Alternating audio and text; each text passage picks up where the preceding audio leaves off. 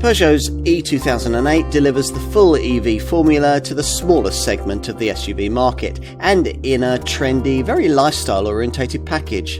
It looks snappy, does 193 miles between charges, has no practicality downsides over the combustion engine version, and comes with monthly payment finance you could justify. In short, there's plenty to like. The tech spec here is predictably the same as you'll get in an e-208, so as there, a 100 kilowatt electric motor putting out 136 bhp works through the usual single-speed auto transmission that you get with all EVs. As usual with a battery-powered model, all the available torque is pretty much developed at once. There's 260 newton meters of that, and this car simply hurls itself away from rest. It takes only a couple of seconds to crest the 30 miles an hour mark, and 60 is reached in just 8.5 seconds. And that disguises the fact that also, like all EVs, this zero emissions variant does have a bit of a weight problem. That drivetrain adds over 300 kilos of bulk.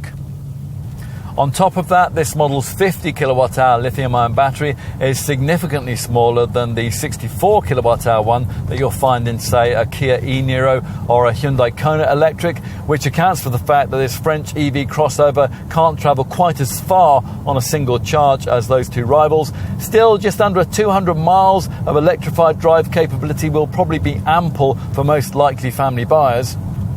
Ride quality is pretty good, providing you avoid the largest 18-inch wheel sizes that we have here. Those big rims do fill the arches better, but they give the ride a rather more brittle feel. The all-electric e-208 is pretty difficult to distinguish from what Peugeot calls its thermic-powered models, although brand loyalists might spot this EV variant's colour-coded front grille, its subtle E-badging and a more unusual dichroic finish for the lion badge that appears to change colour depending on your viewing angle.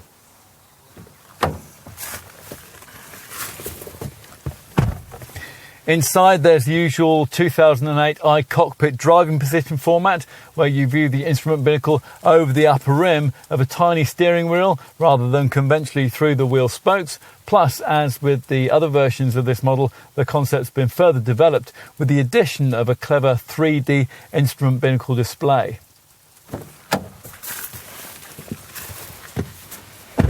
What else? Well, rear passenger space is much better than in an e-208, but still slightly compromised by the need to place the powertrains battery pack beneath the back seat. Still, even with a 6-foot tall driver up front, someone of similar height could sit behind comfortably.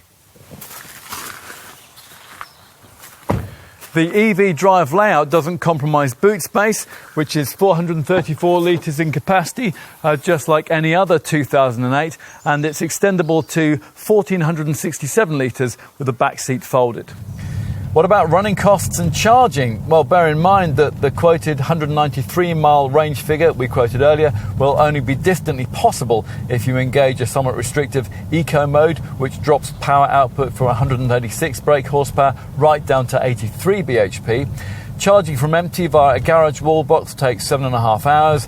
If your property happens to have a 3-phase electricity supply and you pay extra to have your e-2008's standard 7.4 kilowatt onboard charger upgraded to 11 kilowatt spec, that charging time can be reduced to just 5 hours.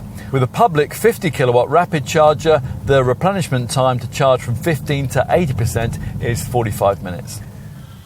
You can see why someone might really like the idea of an e-2008. It has all the style of Peugeot's e-208 Supermini, but with a significant amount of extra practicality. It's considerably more stylish than similarly sized EV crossover rivals from Kia and Hyundai, and it's quite a lot cheaper than a BMW i3. But you've still really got to have bought into the whole idea of having an EV to want one. Even if you have, you've still got to really like quirky Peugeot innovations, like the unusual iCockpit steering wheel and the 3D instrument setup. But we think cars like this one need design touches of that sort. Models of this kind ought to be fashionable, forward-thinking, and just a little controversial. The e-2008 is, and if you are too, and you can afford to make the price jump to a full EV, we think you'll like this a lot.